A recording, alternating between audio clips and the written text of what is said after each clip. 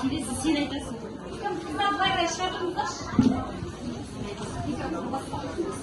Ертегі қасқыр мен жетілік. Бұрынғы өткен заманда ешкі жетілігімен тіршілік етіпті. Орманға жиналған ешкі лақтарын шақылап алып, ақылын айтады. Балаларым, ешкімге есік ашпаңдар, орманда қасқыр жүр.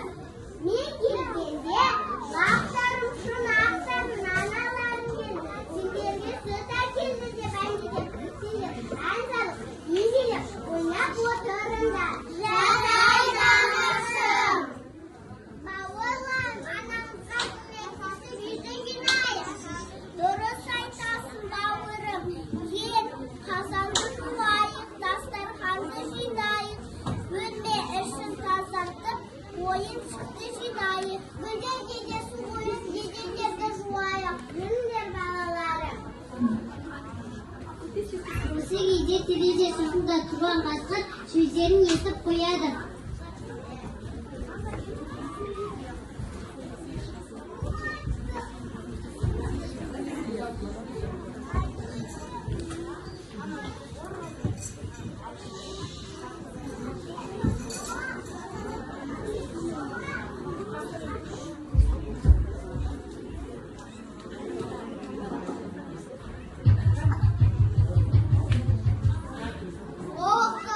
Лақтар, аналарың келсін, сөйтіп, ұйықташа қойыңдар.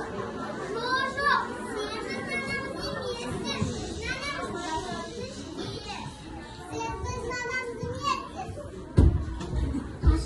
Ашуланып пыстаға барады.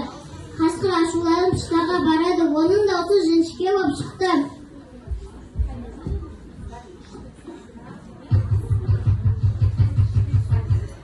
Лақтар, шынақтар, аналарың келді. Сендерге сүт алып, ұйықташа қойыңдар. Сенің нанамыз емессің.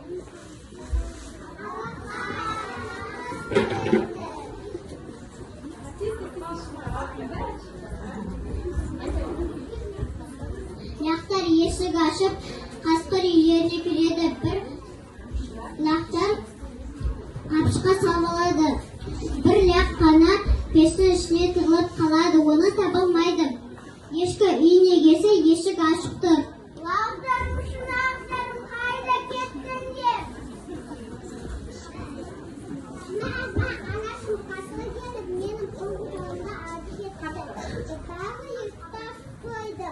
Жүлағым ботақан балаларында Ешкі жалғыз қалған яғы етті балады, қасқырды іздейді. О, қарны тоятын болды.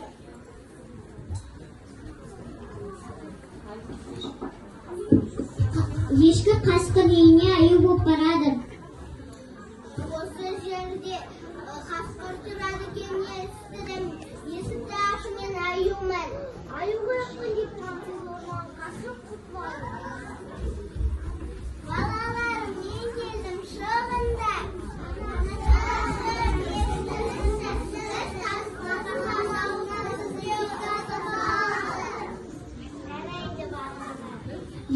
Ешкі жетілігімен бақытты өмір сүріпті.